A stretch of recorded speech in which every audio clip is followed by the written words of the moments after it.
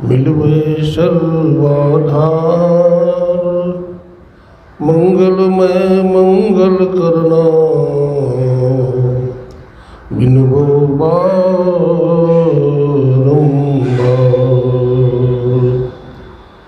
धन्य धन्य सद्गुरु सुखदा महिमा कही न जाए। जो कछु कहूँ तुम्हारी कृपा मोते कछु न बसाए। बंदो गुरुपद कंज कृपा सिंधु नर रूप हरि। महामोहतम पुंज जासु वचन रवि कर निकर। बोलिए प्रेम से श्री सद्गुरु महाराज की। अव्यक्त रूप में अनंत श्री विभूषित परमाराध्य ब्रह्मलीन गुरुदेव के त्रैलोक पावन पाद पद्मों में कोटि कोटि नमन। गुरुदेव के मस्तिष्क स्वरूप ब्रह्मलीन पूज्यपाद महर्षि संत सभी परमहंस जी महाराज, उनके हृदय स्वरूप पूज्यपाद ब्रह्मलीन महर्षि साई स्वामी जी महाराज तथा संत मत के वर्तमान आचार्य महर्षि हरनंदन परमहंस जी महाराज के चरण कमलों में कोटि कोटि नमन, कोटि कोटि प्रणाम। आदरणीय हमारे श्रद्धेय श्री रामनाथ बाबू, सत्संग प्रेमी सज्जनों, माताओं बहनों, सबको नमन है, सबको प्रणाम है।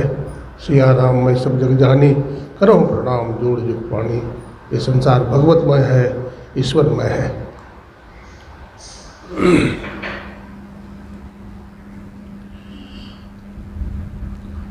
आज संसार में ध्यान भजन के अभाव में, सत्संग के अभाव में संपूर्ण दुनिया में अंधकार छाया हुआ है। गुरुदेव लिखते हैं, ध्यानाभ्यास करो नित, हो ही में ही निज हित। अति ही प्रसन्न चित्त, आसन नाम उपासना। कहते हैं ध्यानाभ्यास नित कीजिए, इससे आपका परम हित होगा, इससे आपका परम कल्याण होगा और आपका मन सदा प्रसन्न रहेगा। जैसे आदमी भोजन कर लेता है तो प्रसन्न रहता है, भूखा आदमी प्रसन्न नहीं रह सकता है। ये शरीर का भोजन है, आत्मा का भोजन, मन का भोजन सत्संग और ध्यान है।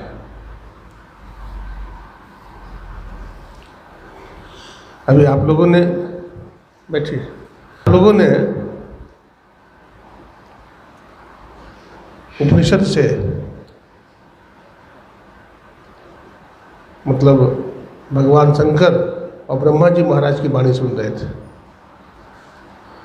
प्रजापति ब्रह्मा ने भगवान शंकर से पूछा कि प्रभु, इस संसार में हर प्राणी, हर जीव दुख की हालत में है, आवागमन के चक्र में पड़ा हुआ है, उसका दुख कैसे दूर होगा? तो भगवान शंकर ने कहा, योगहीनम कथम ज्ञानम मोक्षदम भवति है भो। योगो अपि ज्ञानहीनस्तु न क्षम मोक्ष कर्मणि तस्मात् ज्ञानम च योगम च मुमुक्षुम दृढ़म व्यसेत। हे ब्रह्मा जी, व्यक्ति अगर अपना कल्याण चाहता है तो योग करना चाहिए। योग के बिना ज्ञान नहीं होता है और ज्ञान के बिना योग नहीं हो सकता है। दोनों में अन्योन्याश्रय संबंध है। इसलिए मुमुक्षु को ज्ञान और योग दोनों का साधन करना चाहिए।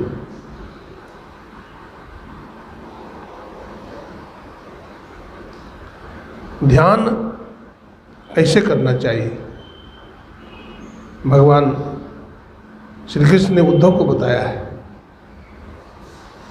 उद्धव जी ने पूछा कि हे कमल नयन, व्यक्ति को ध्यान कैसे करना चाहिए? तो भगवान ने कहा, सम आसन आसीना। अर्जुन, समतल भूमि पर अपनी आसनी बिछा करके शरीर, गर्दन, मस्तक को सीधा करके बैठना चाहिए।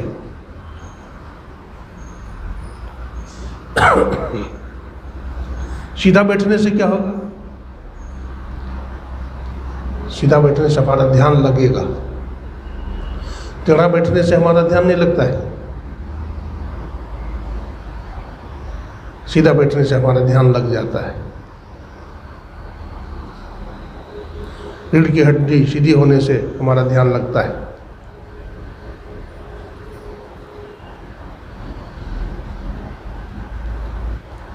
इससे हमारी ऊर्जा ऊपर चढ़ती है। जैसे पानी का देखते हैं, पाइप अगर टेढ़ा मेढ़ा हो, मुड़ा हुआ हो तो पानी चढ़ेगा?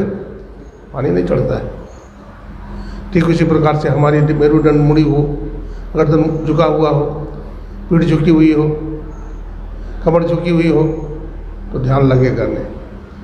हमारे गुरु महाराज ने कहा, अगल बगल कहीं दृष्टि न डोले, सन्मुख बिंदु पकड़ लागी, सुखमनिया में मोरी नजर लागी। सुखमन में देखिए, नासाग्र में देखिए, अंधकार मंडल में देखिए।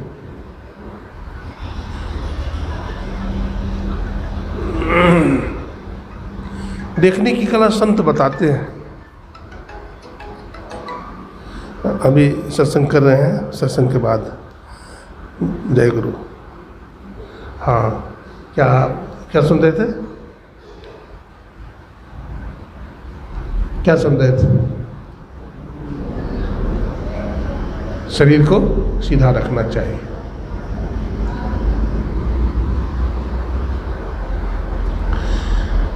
ध्यानम शून्यगतम मनः, ध्यान से मन शून्य हो जाता है। और ध्यानम निर्विषयम मनः, ध्यान से मन निर्विषयी हो जाता है, मन में कोई विषय विकार नहीं रहता है। जैसे कमरा में झाड़ू नहीं लगाएंगे तो कमरा गंदा हो जाएगा। 1 साल तक कमरा में झाड़ू नहीं लगा, पोछा नहीं हुआ, सब गंदगी फैला हुआ है, कमरा से बदबू आने लगती है। ठीक उसी प्रकार से हमारा शरीर है, इसको भी रोज साफ कीजिए। जैसे कपड़ा गंदा होने पर साबुन सरफ से साफ कर लेते हैं, हमारा मन गंदा हो गया, हमारा हृदय गंदा हो गया, तो उसको साफ करने के लिए ध्यान रूपी साबुन है और सत्संग रूपी पानी है। इसके माध्यम से इसको साफ करना पड़ेगा।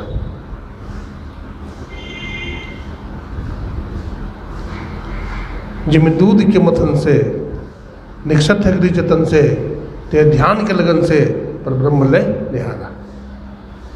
आप दूध से दही बनाते हैं तो पहले दूध को गर्म करते हैं, गर्म करने के बाद जामुन डालते हैं दही, उसके बाद रात भर उसी तरह से पड़ा रहता है, उसके बाद दूध दही बन जाता है और उसको बिलोते हैं, बिलो करके फिर माखन अलग कर लेते हैं, माखन को डाल देते हैं, फिर घी बन जाता है।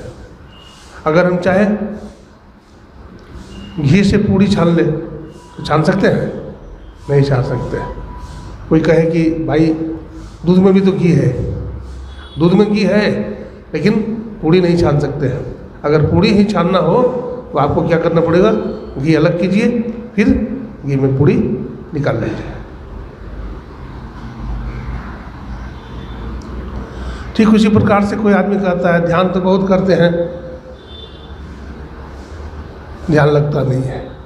कहीं ना कहीं कुछ कमी रख देते हैं जिसके कारण ध्यान नहीं होता है। हम आसन से बैठते ही नहीं है, आसन हमारा लगता ही नहीं, ध्यान कहाँ होगा? जरूरत है सबसे पहले आसन हमारा जमे। ध्रुव जी महाराज ने क्या किया? आसन जमाया। पहले खान पान को दुरुस्त कीजिए। बहुत ज़्यादा खा लेंगे तो भी ध्यान नहीं होगा, कम खाएंगे तो भी ध्यान नहीं लगेगा। ना अधिक खाइए ना कम खाइए, खाए भी मरिए और खाए भी मरिए। और गोरख कहे पोता संजमी ही तरिए। मध्यम मार्ग अपनाइए तो हमारा भोजन शुद्ध करिए, पवित्र भोजन कीजिए। आप ज़्यादा तेल मसाला नहीं हो, ज़्यादा नमक नहीं हो सत्वगुणी भोजन हुआ, तब आपका ध्यान जरूर लगेगा। तो हुआ कि शरीर तन को पवित्र रखिए, भोजन को सत्वगुणी भोजन कीजिए, है ना। शरीर गर्दन मस्तक को सीधा करके बैठिए और अधिक देर तक बैठिए और ध्यान करने के समय कुछ सोचिए नहीं। अगर कहिए कि बाबा क्या करें, ज़बरदस्ती आता है, तो ज़बरदस्ती आता है तो ज़बरदस्ती हटाइए उसको। जितना वेग से वो आया उतना वेग से आप ध्यान करके उसको क्या करिए, हटाइए। अच्छा, गंगा जी में गोता लगाते हैं तो क्या करते हैं, गंगा जी में बहुत सारा कूड़ा करकट बहता है ना, तो उसको क्या करते हैं, ऐसे करते हैं, हाँ ऐसे करते हैं और फिर गोता लगाते हैं। ठीक उसी तरह से ध्यान में भी ये विकार आता है, उसको क्या करिए, हटाइए। हटेगा, धीरे धीरे धीरे धीरे मन पवित्र हो जाएगा, मन शुद्ध हो जाएगा। और फिर जब आप ध्यान में बैठेंगे तो आपका मन तुरंत ध्यान में लग जाएगा। कबीर साहब ने कहा, करत करत अभ्यास के जड़मती होत सुजान और असरी आवत जाते असिल पे पड़त निशान। अभ्यास करते करते पत्थर पर देखते हैं निशान बन जाता है, बनता है ना। तो पत्थर पर निशान रस्सी का बन जाता है और ध्यान करते करते सूरत का निशान पड़ जाता है आज्ञा चक्र में। हाँ, सूरत के डोर गगन बीच लागल और लागी गेले गुरु से स्नेह है ना। तो सूरत का डोर लगा हुआ आसमान में। इसके लिए आप अधिक देर तक बैठिए, मन में कुछ नहीं सोचिए, एक मंत्र को जपिए, सदगुरु के द्वारा दिया गया मंत्र जपिए। कुछ लोग अपने आप मनमानी मंत्र जपते हैं, नहीं होगा। सदगुरु जो मंत्र दिए हैं उस मंत्र को जपिए, श्रद्धा विश्वास के साथ जपिए। हम कहाँ जप पाते हैं, हमें विश्वास ही नहीं है। अगर हमारा 10 रुपया खो जाता है तो रोते हैं, हमारा 10 रुपया खो गया। और कितना बड़ा संपत्ति खो रहा है आपका, आप ध्यान नहीं करते हैं, भजन नहीं करते हैं, आपकी आयु बीती जा रही है, इसके लिए कोई चिंता नहीं करते हैं। ध्यान नहीं बना तो गुरु महाराज से प्रार्थना कीजिए, हे गुरुदेव हमारा ध्यान आज नहीं बना। आप गुरु महाराज के सामने रोइए, प्रार्थना कीजिए। आपने कुछ गलती किया है तो उस गलती का प्रायश्चित कीजिए।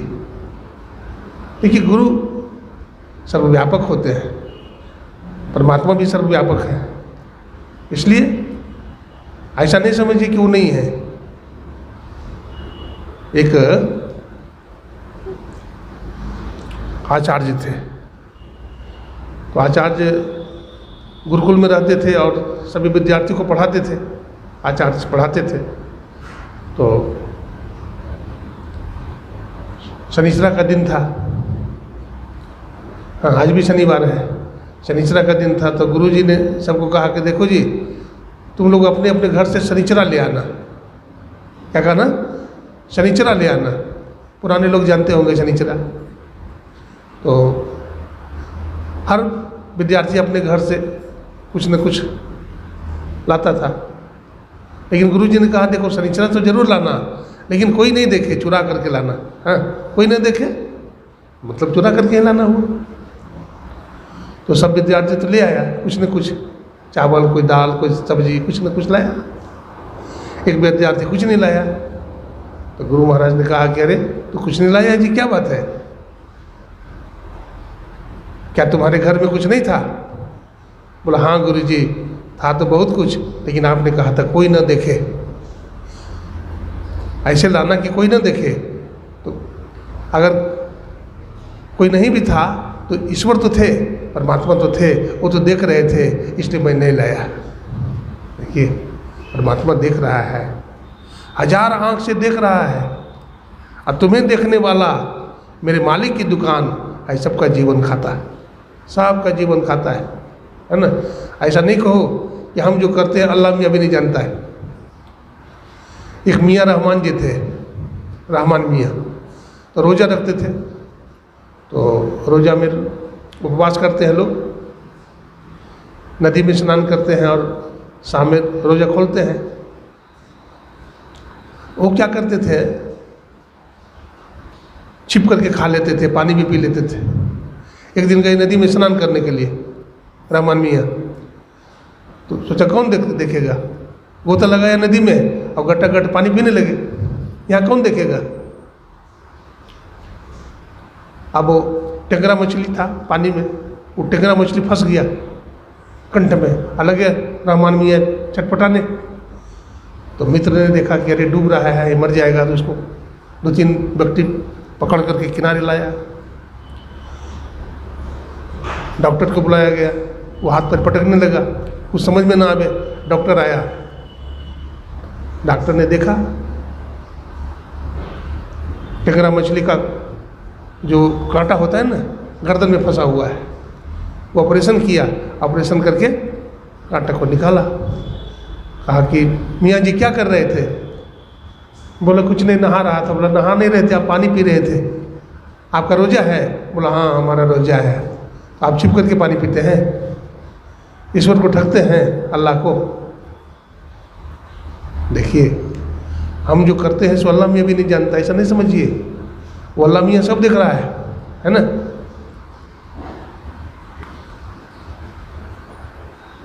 मुसलमान भाई क्या पढ़ते हैं रोजा? ला इलाहा इल्लल्लाह मोहम्मदुर रसूलुल्लाह अलैहि वसल्लम। उस अल्लाह के सिवा दूसरा माबूद मानने योग्य नहीं है। वो अल्लाह एक है, वो ईश्वर एक है। चाहे अल्लाह कहिए, चाहे ईश्वर कहिए, चाहे राम कहिए, चाहे दुर्गा कहिए, चाहे वाहेगुरु कहिए, चाहे ईसा मसीह कहिए, तू ही राम है, तू रहीम है, तू करीम है, तू ही खुदा हुआ। तो एक रूप है ना, शक्ति एक ही है। रूप अनेक हो सकता है लेकिन शक्ति सब में एक ही है। तो वो ईश्वर परमात्मा जो है कैसे मिलेगा? तो इसके लिए ध्यान करने की जरूरत है, ध्यान करने की जरूरत है। ईश्वर से प्रेम करने की जरूरत। ईश्वर से प्रेम करना मतलब ध्यान ही करना हुआ। तो बोलता हम ईश्वर से प्रेम करते हैं और ध्यान नहीं करता है, सत्संग नहीं करता है, तो ईश्वर से प्रेम करना क्या हुआ? कबीर साहब ने कहा प्रेम बिना जो भक्ति है सो निज डिम्ब विचार, और उद्र भरण के कारणे जन्म गवायो सार। प्रेम के बिना जो भक्ति है वो डिम्ब विचार है, पाखंड है। ईश्वर से करते जाना प्यार, हो नादान मुसाफिर। जीवन की नैया हो वह पार, हो नादान मुसाफिर। जीवन अनमोल हीरा, मूर्ख इसको समझे खीरा। हाँ, तुमको समझाया बारंबार, रे नादान मुसाफिर। ईश्वर से करते जाना प्यार, हो नादान मुसाफिर। तो हम नित्य नियमित रूप से ध्यानाभ्यास करें। ध्यान करने में सावधानी है, हम सावधानी नहीं बरतते इसलिए ध्यान नहीं बनता। सबसे पहले आप ध्यान करने के लिए बैठिए तो क्या करिए? मंत्र जपिए। और मंत्र में सदगुरु के द्वारा प्रदत्त मंत्र को जपिए। मंत्र जो जपिए तो ओठ नहीं ले, मुँह से आवाज़ न निकले, ख्याल रखिए। यानी उपांशु जप कीजिए और फिर मानस जप कीजिए, फिर मानस जप कीजिए। मानस जप करते करते मन आपका स्थिर होने लगेगा। फिर आप मानस ध्यान कीजिए। गुरु नानक साहब ने कहा गुरु की मूरत मन महि ध्यान, और गुरु के शब्द मंत्र मन मान। गुरु के चरण हृदय ले धारो, और गुरु पार ब्रह्म सदा नमस्कार। गुरु की मूर्ति को आप सामने बुलाइए। सामने में लाते लाते लाते लाते गुरु प्रकट हो जाएंगे। देखिए पहले गुरु थोड़ा सा अस्पष्ट नहीं भी दिख सकते हैं, धुंधला दिखाई पड़ सकते हैं, लेकिन अभ्यास करते करते करते करते फिर बिल्कुल स्पष्ट दिखाई पड़ेंगे आप। तो इसमें आपको समय लगाना पड़ेगा। आप सोचेंगे कि जल्दी से जल्दी हो जाए तो नहीं होगा। आप भात बनाते हैं, दाल बनाते हैं तो बर्तन में चढ़ाते हैं, चूल्हा पर चढ़ाते हैं। अब बोलिए भात जल्दी पक जाए, पकेगा? समय लगेगा उसको। धीरज रखिए, ध्यान में भी धीरज रखिए, श्रद्धा विश्वास के साथ मंत्र को जपिए। आप अपने इष्ट के सगुण साकार का ध्यान करते हैं, पूर्ण शरीर का ध्यान करते हैं, उसके बाद फिर मुखारबिंद का ध्यान करते हैं। करते करते मानस ध्यान पूरा होता है। लेकिन इतना ही साधना से ईश्वर मिल जाए ऐसी बात नहीं है। हाँ, हमारा मन एकाग्र जरूर होता है। उसके बाद फिर बिंदु ध्यान करना चाहिए, निर्विचार साधना करनी चाहिए। दृष्टि जो क्या है, निर्विचार साधना है, कोई विचार नहीं, देखते रहते हैं, देखते रहते हैं, देखते रहते हैं, उस बिंदु को देखते रहते हैं। देखते देखते देखते अंतराकाश में वो बिंदु चमक जाता है। बिंदु चमकी आवे पंचरंग उगी आवे, वो बिंदु चमक जाता है। अब बिंदु जो चमकता है तो हिलता है बिंदु, ऐसे ऐसे इस तरह से स्थिर नहीं रहता, वो हिलते रहता है। तो बिंदु को कैसे स्थिर करेंगे? उसको देखते रहिए, देखते रहिए। गुरु महाराज लिखे हैं अरिल में, दृष्टि योग अभ्यास अति ही करत ही करत कपनी सहजे छुटे, प्रौढ़ हो गई सूरत तिल दरवाजा टूटे नजर की जोर से। अरे हारे में ही लगे टकटकी खूब जोर बदोर से। इसमें कहते हैं गुरुदेव कि दृष्टि का जो अभ्यास है, करते ही करत, करते रहिए, करते रहिए, करते रहिए, सदा करते रहिए। करते करते क्या होगा? कपनी सहजे छूटे। कपनी समझते हैं? सूरत हिलती है ऐसे ऐसे, तो सूरत का रुकना बंद हो जाएगा, सूरत का कांपना बंद हो जाएगा, और सूरत प्रौढ़ हो जाएगी, मजबूत हो जाएगी। सूरत का मतलब ख्याल होता है, हमारा जो ख्याल है वो मजबूत हो जाएगा, विस्मृत नहीं होगा हमारा ख्याल। बोलते हैं ना, अजी हमारा ख्याल नहीं रहता है, हम भूल जाते हैं। आप ध्यान नहीं करते हैं, ध्यान करिएगा तो ख्याल अवश्य होगा, आपको भूलिएगा नहीं। तो करते करते क्या होगा? कपनी सहजे छूटे, सूरत का कपना बंद हो जाएगा और सूरत मजबूत हो जाएगी। दृढ़ करो, दृढ़ करो, दृढ़ करो हो जोगी, सूरत या का डोरिया दृढ़ करो, है ना। तो सूरत की डोर जो है मजबूत हो जाएगी।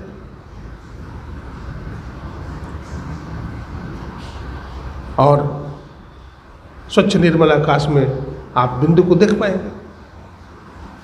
फिर बिंदु में ही प्रकाश देखेंगे आप, अनेक किस्म का प्रकाश हो जाएगा आपके अंदर, पीला, कभी नीला, कभी लाल, कभी सफ़ेद, इस तरह का प्रकाश आप देखिएगा अंदर में। इस तरह से देखते देखते शब्द को आप पकड़ेंगे, अनहद शब्द जिसको बोलते हैं, बहुत तरह का शब्द आएगा। प्रकाश में शब्द व्यापक रहता है, क्योंकि प्रकाश से शब्द सूक्ष्म है, ठीक है। जो जितना ही सूक्ष्म होगा, स्थूल को भर करके अपना स्थान ऊपर रखता है। तो शब्द भी सूक्ष्माति सूक्ष्म है और प्रकाश में व्यापक है, अपना स्थान ऊपर रखता है। कबीर साहब कहते हैं, जब से अनहद घोर सुनी, इंद्रित थकित गलित मन हुआ, आशा सकल भुनी। कहते हैं जब से मैंने अनहद शब्द को सुन लिया, परमात्मा का शब्द है।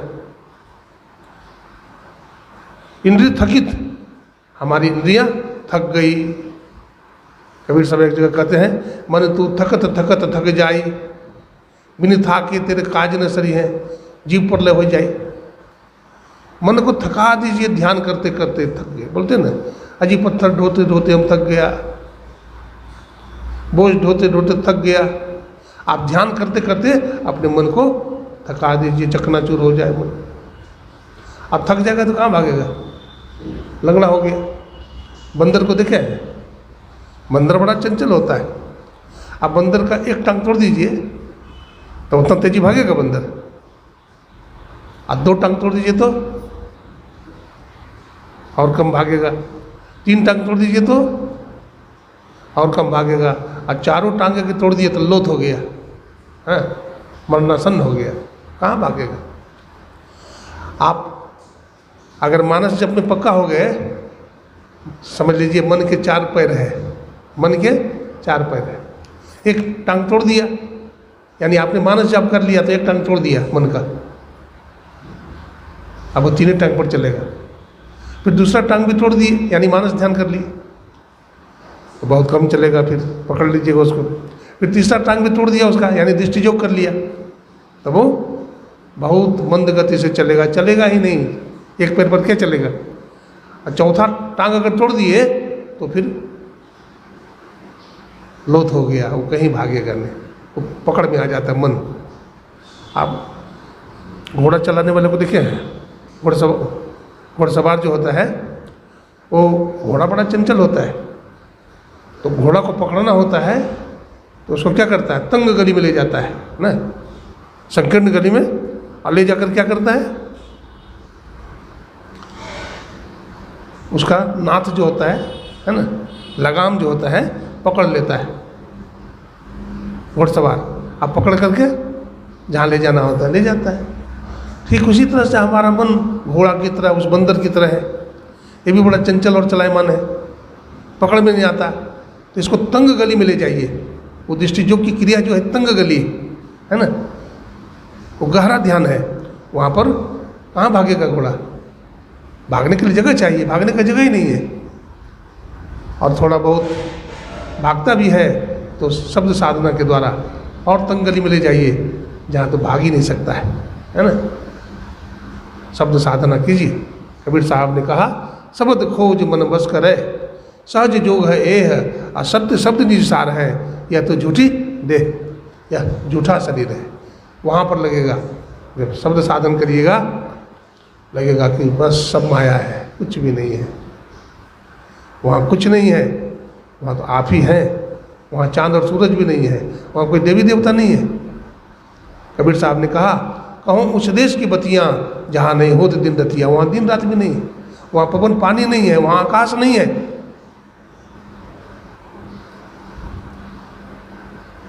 कैसा जगह है वो। कबीरा देश है न्यारा, लखे कोई राम का प्यारा, वो देश न्यारा है। तो उस न्यारा देश में योगी लोग पहुँच जाते हैं, जहाँ ना तो जन्म होता है, ना मृत्यु होती है, ना सुख होता है, ना दुख होता है, ना लाभ होती है, ना हानि होता है। उस स्थान में जाने पर कितना चैन आएगा। अभी तो हम बोलते हैं क्या करें, सत्संग में नहीं जा पाते हैं, दुकानदारी है जी, अपना कारखाना है जी, नहीं, बहुत तरह की बात बोलते हैं, हम डॉक्टर हैं कैसे जाएंगे। लेकिन हर चीज़ से आप आज़ाद हो जाएंगे तो आपको कितना चैन मिलेगा। नहीं, हर चीज़ से आपको आज़ाद कर दे तो कितना आनंद आएगा। संत इस आज़ादी को प्राप्त कर लेते हैं, इसी आज़ादी को संत प्राप्त कर लेते हैं। कोई बंधन नहीं है, सब बंधन से मुक्त हो जाते हैं। इसी को मोक्ष कहते हैं। क्या बोलते हैं? मोक्ष। मोक्ष है इति मोक्ष। बहुत सारे संत महात्मा हुए हैं जिन्होंने साधन भजन करके संसार के दुखों से छूट गए। एक बुलाकी दास थे, है ना। वो बुलाकी दास जी जो थे, किसी जमींदार के घर में खेत में काम करते थे, मजदूर थे बेचारे, दाढ़ी मिलती थी उनको। उस जमाना था 250 दाढ़ी मिलती थी, लेकिन बड़े सच्चे थे, बड़े भजनानंदी थे। उनको भजन करने का आदत थी। तो किसान का हल चल रहा था, बहुत सारे मजदूर हल जोत रहे हैं, तो बुलाकी दास अगला हल में थे, सबसे आगे वही थे बुलाकी दास। अब भोजन का समय हो गया तो जो बादशाह था अपने नौकर चाकर के साथ आ रहा था। राजा साहब घोड़ा पर है, पीछे से उसका मंत्री है और सब सैनिक सब है। तो देखा कि भाई बुलाकी का हल तो खड़ा है, अब मेड़ पर बैठा हुआ है आंख बंद करके, हल तो जोतता नहीं है। लोग कहते थे बहुत अच्छा आदमी, तो हरामी आदमी है, अपने भी काम नहीं करता और मजदूर सबको भी बैठाए हुए है, अगला हल में है। कहा कि देखिए महाराज, बुलाकी अच्छा आदमी नहीं है, बहुत हरामी है, बहुत दुष्ट है, देख रहे हैं ना नज़र से बैठा हुआ है, और सब मजदूर को भी बैठाए हुए हैं। राजा राजा होता है, बोला ठीक है हम देखते हैं। हम जाकर के एक तो कान का कच्चा होता है नहीं, कान का आदमी कच्चा होता है, जो कान से सुनी हुई बात सही नहीं होती, लेकिन नज़र से देखा हुआ बात सही होती है। गया देखा कि सही में भाई तो काम नहीं करता है, सबको बैठाए हुए है, तो राजा को भी गुस्सा आ गया। राजा ने एक लात मारा। जब एक लात मारा, उधर बुलाकी जो था ध्यान कर रहा था, अपने गुरु महाराज को दही चूड़ा चीनी खिला रहा था। लात जो मारा ना, तो दही बिखर गया, चूड़ा बिखर गया, चीनी बिखर गया। अब देखा जो जमींदार राजा ने देखा, तो कहा रे बुलाकी ये क्या हुआ, ये तो बड़े आश्चर्य की बात है, ये दही चूड़ा चीनी कहाँ से बिखर गया। बुलाकी रोने लगा, बोला महाराज छोटी मुँह बड़ी बात होगी, हम ध्यान करते हैं। अपने गुरु महाराज को मानस पूजा कर रहे थे हम, गुरु महाराज को स्नान करा के कपड़ा पहना दिए थे, कपड़ा पहनाने के बाद माला पहनाए थे, माला पहनाने के बाद उनकी आरती उतारा, अब उनको भोजन करा रहे थे मन ही मन, इतने में आप लात मार दिया, हमारे गुरु महाराज भूखे रह गए। अब तो रोने लगा, चरणों में गिर गया, रोने लगा। बोला बुलाकी आज से तू हमारा नौकर नहीं, तू हमारा गुरु और मैं तुम्हारा चेला। देखिए बुलाकी दास का शिष्य बन गया वो जमींदार, नाम गुलाल साहब था शायद, क्या था, हाँ गुलाल साहब, गुलाल साहब था बादशाह का नाम, वो बुलाकी का शिष्य बन गया। तो भजन कीजिए, ध्यान कीजिए, छिप करके कीजिए। ध्यान भजन दिखाने की चीज़ नहीं है कि चौराहे पर बैठ गया ना, छिप करके जहाँ तक हो सके छिपिए। कुछ चीज़ छिपाने से बढ़ता है नहीं। रामकृष्ण परमहंस जी महाराज ने कहा ध्यान करो मन में, वन में और कोने में। ऐसा क्यों कहा?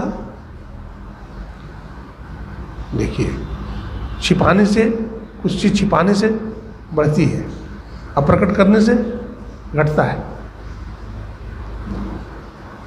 किसान खेत में बीज बोता है, ठीक है ना, किसान खेत में बीज बोता है, जो बीज पहले हल जोतेगा, बीज बोएगा, छिट देगा, बीज छिटने के बाद चौकिया देता है, चौकियों को होता है, चौरस कर देता है। लेकिन फिर भी जो बीज ऊपर रह गया उसको कौआ चिड़ियाँ चुग जाती है, उसमें अंकुर निकलेगा? कहाँ से निकलेगा? खा गया। ठीक उसी प्रकार, लेकिन जो बीज जमीन के अंदर चला गया, मिट्टी के अंदर चला गया, तो उसमें से अंकुर निकल जाता है। दुनिया में कुछ भी हो जाए, बीज को पानी दीजिए, खाद डालिए, लेकिन जब तक सूर्य का प्रकाश नहीं पड़ेगा पौधा बड़ा हो सका? नहीं हो सकता है। संसार में सब कृपा मिल जाए, लेकिन गुरु कृपा नहीं मिले, गुरु कृपा रूपी सूर्य का दर्शन न हो, तो बीज हो नहीं सकता है। बिना गुरु की कृपा पाए नहीं जीवन उधारा है। तो ये सब संयम है हमारे जीवन में। जब संयम आ जाएगा तो हमारा ध्यान ऑटोमेटिक बनेगा, बनना। ये बड़ी गोपनीय चीज़ है, इसको बहुत छिपा करके रखना चाहिए। ध्यान भजन हीन लही हो न प्रबुधन। गुरुदेव लिखते हैं ध्यान भजन से जो हीन है वो प्रबुधन को नहीं प्राप्त कर सकता है। चित्त अति चंचल, ये चित्त बहुत चंचल है, विषय रत केवल विषयों में भागता है। सप्रेम भजन बल होय न साधन बिन, ध्यान भजन साधन करुचित आपन तन। ध्यान भजन साधन अपने मन में कीजिए और चिंता नहीं कीजिए, चिंतन कीजिए। कबीर साहब कहते हैं, चिंता से चतुराई घटे, दुख से घटे शरीर, अब पाप से लक्ष्मी घटे, कह गए दास कबीर। चिंता नहीं कीजिए, चिंतन कीजिए। मैं कई बार कहा, सुखदेव जी महाराज की पत्नी का हरण हो गया था, बहुत रोते थे, चिंता करते थे। भगवान राम की धर्मपत्नी जानकी का भी हरण हुआ था। भगवान राम स्थिर हैं, वो तो प्रभु लीला कर रहे थे। भगवान क्यों रोएंगे? भगवान तो लीला कर रहे थे। सती महारानी को दिखाना था, दुनिया को दिखाना था, तो भगवान झूठ मूठ रो रहे हैं। भगवान रोते नहीं है, लीला कर रहे हैं, लीला।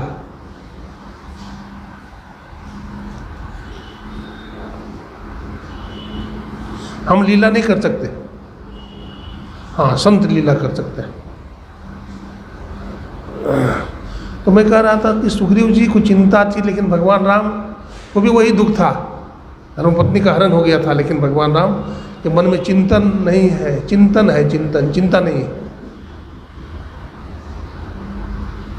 हम छोटी छोटी बात में चिंतित हो जाते हैं। जिसको सत्संग का ज्ञान है, जो ध्यान करता है, वो इतना घबराता नहीं है। वो समझता है हमारे प्रारब्ध में था, हमारे प्रारब्ध में ऐसा होना था, इसलिए वो स्थिर हो जाता है।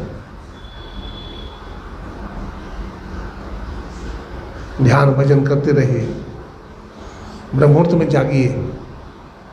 आप कहेंगे आंख नहीं खुलती है, रात में कम खाइए, सावधान हो करके सोइए। हर काम सावधानी से करेंगे तब होगा, ऐसे नहीं होगा। किसी चीज़ की ज़रूरत समझिएगा तब वो चीज़ मिलेगा आपको, वो चीज़ की ज़रूरत ही नहीं है। कोई कह दे, कोई बीमारी हो गई आपको, तो कह देगा कि ऑपरेशन के बिना ठीक नहीं होगा, आपको बेलौर जाना पड़ेगा, तो आप मानिएगा? आपके पास पैसा नहीं है तो उधार लीजिएगा, उधार लीजिएगा, किसी तरह से किसी आदमी का इंतजाम कीजिएगा, ले जाइएगा उस आदमी को, तो ऑपरेशन होगा आपका। आप चिंता किए तब नहीं। कोई भी काम कि हम चिंता करेंगे, है ना। किसान खेती का काम करता है, खेती बाड़ी करता है, क्यों करता है? अगर खेती बाड़ी का काम नहीं करेंगे तो भूखे मरेंगे, बाल बच्चा भूखे मरेगा, इसलिए भय से खेती का काम करता है। डर से दुनिया में सब काम होता है। भीतो भयम सूर्य, हाँ, सूर्य भगवान भी परमात्मा के डर से समय पर निकलते हैं। चंद्रमा भी, धरती चलती है और वायु चलता है, सब भय से, परमात्मा के भय से सब काम हो रहा है। कबीर साहब कहते हैं, डर करनी डर परम गुरु, डर पारस डर सार, और डरत रहे तो उबरे, गाफिल खावे मार। डर ही परम गुरु है और डर ही पारस है। और डरते रहिएगा तो उबर जाइएगा और निडर हो जाइएगा। हम जो करते हैं अल्लाह मियाँ भी नहीं जानता है, मार खाइएगा, तब आपका भला नहीं हो सकता है। इसलिए लगे रहिए। अभी सुन रहे थे गुरु नानक साहब की बानी है, योग न खिंथा, योग न डंडय, योग न भस्म चढ़ाइए, योग न मुंडी मुंड मुड़ाइए, योग न सिंगी बाइये, गली योग न हुई। कहते हैं योग न खिंथा। खिंथा का मतलब समझते हैं? नहीं, खिंथा का मतलब तो गुदड़ी। गोरखनाथ में, गोरखनाथी पंथ के जो महात्मा होते हैं वो गुदड़ी पहनते हैं, गुदड़ी मांगते हैं बिछा में। अब 12 मन गुदड़ी जमा करते हैं, वो अपने गुरु को चढ़ाते हैं तो सिद्ध हो जाते हैं। कहते हैं योग न खिंथा, गुदड़ी पहनने से कोई योगी नहीं होता है। अयोग न दंड, शंकराचार्य मत में है ना, दंड धारण करते हैं सन्यासी लोग, तो कोई दंड धारण करने से भी योगी नहीं होता है। अयोग ने भस्म चढ़ाइए, कुछ लोग भस्म शमशान घाट में जाकर के मुर्दा का जो भस्म होता है उसको लगा लेते हैं पूरे शरीर में। कुछ लोग माथा मुड़ा लेते हैं, माथा मुड़ाने से कोई योगी नहीं होता। कुछ लोग जटा जोट बढ़ा लेते हैं, दाढ़ी बढ़ा लेते हैं, उससे भी कोई योगी नहीं होता। तो योगी कौन होता है? योग न खिंथा योग न दंड योग न सिंगी बाइये, कहते हैं सिंगी बजाने से भी कोई योगी नहीं होता है। अंजन माय निरंजन रहिए, अंजन माने माया और निरंजन माने परमात्मा। संसार में निरंजन होकर रहिए, पवित्र काम करिए, मन को पवित्र बनाइए, समाज की सेवा कीजिए, तब इससे मन क्या होगा? पवित्र हो जाएगा। दिन रात अपने भोग में लगे रहिएगा, अपने पेट के धंधा में लगे रहिएगा तो नहीं होगा। सेवा भी कीजिए और निष्काम सेवा कीजिए, है ना, दुनिया का भलाई भी कीजिए। एक सत्संगी ने हमसे कहा कि बाबा निष्काम सेवा कहते हैं आप लोग, तो हम भी तो अपने बाल बच्चे का पालन करते हैं, अपना घर गृहस्थी चलाते हैं, ये निष्काम नहीं हुआ। मैंने कहा देखो उसमें तुम्हारा इच्छा है, तुम्हारी चाहना है ना, उसमें तुम्हारी चाहना है। किसान खेती का काम करते उसमें तुम्हारी चाहना है। कोई भिखारी आया तुम्हारे पास और उसको 10 पैसा दे दिया तो उसमें तुम्हारी कोई चाहना नहीं है चाहना, कोई चाहना नहीं, ये निष्काम हुआ। तो निष्काम भाव से कीजिए, अपने लिए भोजन भी नहीं बनाइए केवल कि हम ही खाएंगे, बस भगवान का प्रसाद बनाइए, चाहे जो आ जाए खा जाएगा। हाँ, अजगर करे न चाकरी, अपंची करे न काम, और दास मलुका कह गए सबके दाता राम। तो निष्काम भाव से संसार का कर्म कीजिए, है ना, तो अंतःकरण शुद्धि का साधन बन जाएगा। गुरु नानक साहब की बात कर रहा था, संत गुरु नानक साहब जी महाराज थे। तो गुरु नानक साहब बहुत बड़े योगी थे, हैं, बहुत बड़े योगी थे गुरु नानक साहब। उनका 2 शिष्य था, निमंत्रण दिया भोजन के लिए, गुरु नानक साहब ने स्वीकार कर लिया। लालो बालो शायद कुछ ऐसा ही था नाम, जो भी हो। गुरु नानक साहब को निमंत्रण दिया। एक जमींदार था, एक मजदूर था। तो जमींदार जो था वो बहुत बढ़िया भोजन लाया, मालपुआ, सब्जी, दही, कई चीज़। और जो गरीब था बेचारा वो साग और रोटी लाया। अब दोनों लाया, वो बोला गुरुजी हमारा खाइए, वो बोला हमारा भोजन कीजिए। गुरु नानक साहब ने दोनों को ऐसा पकड़ा, मालपुआ को भी और रोटी को पकड़ के निचोड़ा, तो एक से खून निकला मालपुआ से, और रोटी और साग से दूध निकला। बोला बोलो क्या खाने की चीज़ है? बोला महाराज खाने की चीज़ तो दूध रोटी है, यही खाने की चीज़ है। गरीब की हाय है, गरीब का खून है उसमें, गरीब को सता करके, लोगों को सता करके पैसा तूने जमा किया है। लेकिन वो किसान बेचारा अपना मेहनत की कमाई है। गुरु नानक साहब बहुत बड़े योगी थे, हैं, सत्संग करने के लिए जाते थे बहुत दूर दूर गुरु नानक साहब। उनका 2 शिष्य था, एक का नाम था बाला और दूसरा का नाम था मर्दाना, ठीक है। तो बाला मर्दाना साथ में रहता था, गुरु जी की सेवा करता था। तो एक बार की बात है, उसको प्यास लग गई मर्दाना को। तो कहा गुरु जी हमको भूख प्यास सता रही है, कुछ खाने के लिए मिलेगा? तो कहा बेटा यहाँ तो जंगल है, यहाँ तो कुछ नहीं मिलेगा, चलो कोई बस्ती आ जाएगा वहाँ मिलेगा। थोड़ा दूर चला, फिर थक गया वो, बोला अब चला नहीं जाता है। बोला थोड़ा दूर और चलो, फिर थोड़ा दूर गया, बोला भूख प्यास सता रहा है, अब नहीं चला जाएगा आपसे। गुरु नानक साहब ने कहा तुम महात्मा क्यों बना था? जब इतना सहनशीलता तुमको नहीं है तो महात्मा क्यों बना था तुम? बोला गुरु जी अब आपके साथ नहीं रहेंगे, हम आप जाइए। गुरु नानक साहब और बाला चल दिए, और मर्दाना दूसरे रास्ते से चला गया, संत का साथ छोड़ दिया और जंगल में भटक गया। उस जंगल में कोरा नाम के एक राक्षस रहता था, उसको बंदी बना लिया। और कोरा क्या करता था, हर दिन एक कढ़ाई में तेल खौलाता था और जिंदा आदमी को पकौड़ी बनाता था वो। अब उसको पकड़ लिया, नहलाया धुलाया, दुर्गा जी के मंदिर में ले गया और उसको जैसे पकौड़ी बनाते हैं ना, बहुत बड़ा ड्राम में बेसन वगैरह घोला और उसको जिंदा डुबा दिया। किसको? मर्दाना को। और डुबा करके सोचा कि तेल जो खौल रहा है उसमें डाल देंगे, पकौड़ा बन जाएगा।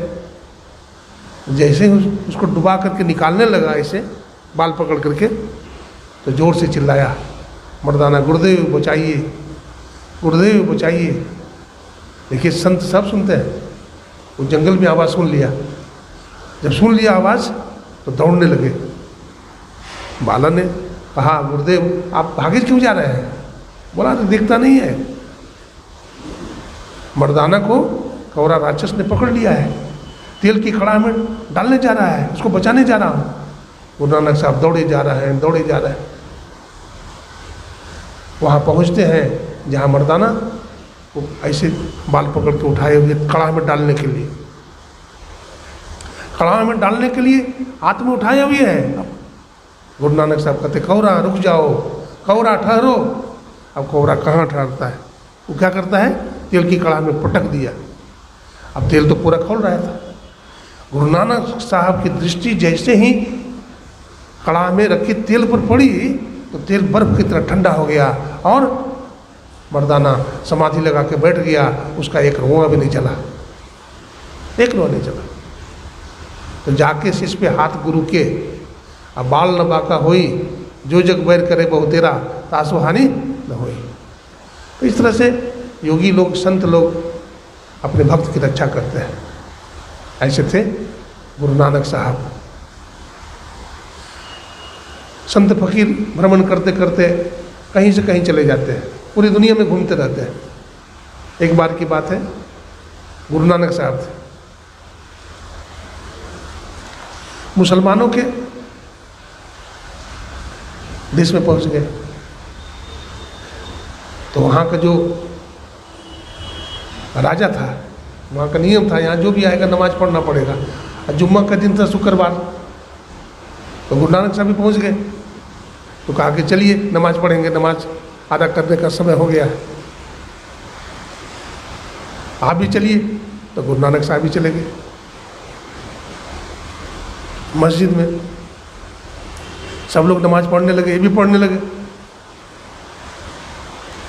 सब लोग नमाज पढ़ने लगे तो ये नहीं पढ़ रहे हैं।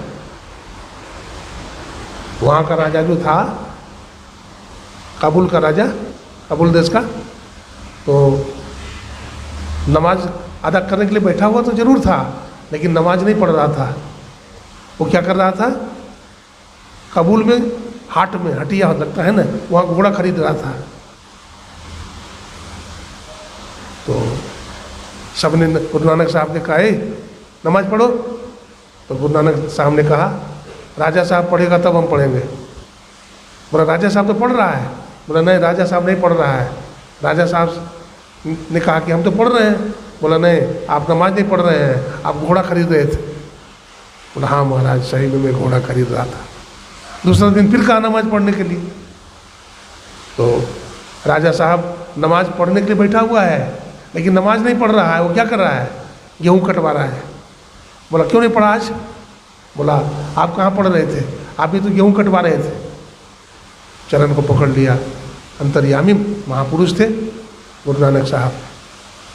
मुल्लाओं ने थक गए थे ना, तो पैर को मस्जिद की तरफ करके सोए हुए थे, काबा की तरफ। मुल्ला ने कहा, बुढ़े देखता नहीं है कि हमारे खुदा है इधर, अब हम खुदा की तरफ पैर करके लंबा चौड़ा सोया हुआ है। गुरु नानक साहब ने कहा, भाई क्या करूँ, थक गया हूँ, बूढ़ा हूँ, बहुत थक गया हूँ, तू ही हमारा पैर उधर कर दे जिधर खुदा नहीं है। तो पैर पकड़ के गुस्से में घुमा दिया तो वही घूम गया। हाँ हाँ, पड़ी ही घूम गया। मजार, मजार जो क्या बोलते हैं, मजार बोलते हैं, वो मजार ही घूम गया। ऐसे समर्थ थे गुरु नानक साहब। तो योगी लोगों के लिए कोई बड़ी बात नहीं है ना। जो योगी साधना करते हैं, ध्यान करते हैं, सब रिद्धियाँ सिद्धियाँ उनको मिल जाती है। इसके लिए ब्रह्मचर्य का पालन कीजिए। ब्रह्मचर्य का पालन नहीं कीजिएगा, संयम से नहीं रहिएगा, तब ये काम नहीं होगा। ब्रह्मचर्य का पालन करिए, तब आपके अंदर शक्ति पैदा होगा, है ना। रिद्धियाँ सिद्धियाँ सब होगा। देखते हैं बगीचा होता है, तो बगीचा में मालिक कितना मेहनत करता है, काट छाट, पानी पटाना, खाद डालना, निकौनी करना, है, तब उसमें से फल होता है, नहीं होता है। कोई कहे कि आज एक गाछ में तो फल नहीं है, ठीक है, एक दो गाछ में नहीं होगा, लेकिन सब गाछ फलहीन हो जाए ऐसा नहीं होगा। लेकिन हाँ, समय से खाद डालिए, पानी डालिए, कीटाणुनाशक दवा डालिए, वो पौधा बड़ा होगा और फल आपको खाने को मिल जाएगा। कहने की बहुत बात है ना। अभी इतना ही सुनाया। बोलिए प्रेम से श्री सद्गुरु महाराज की।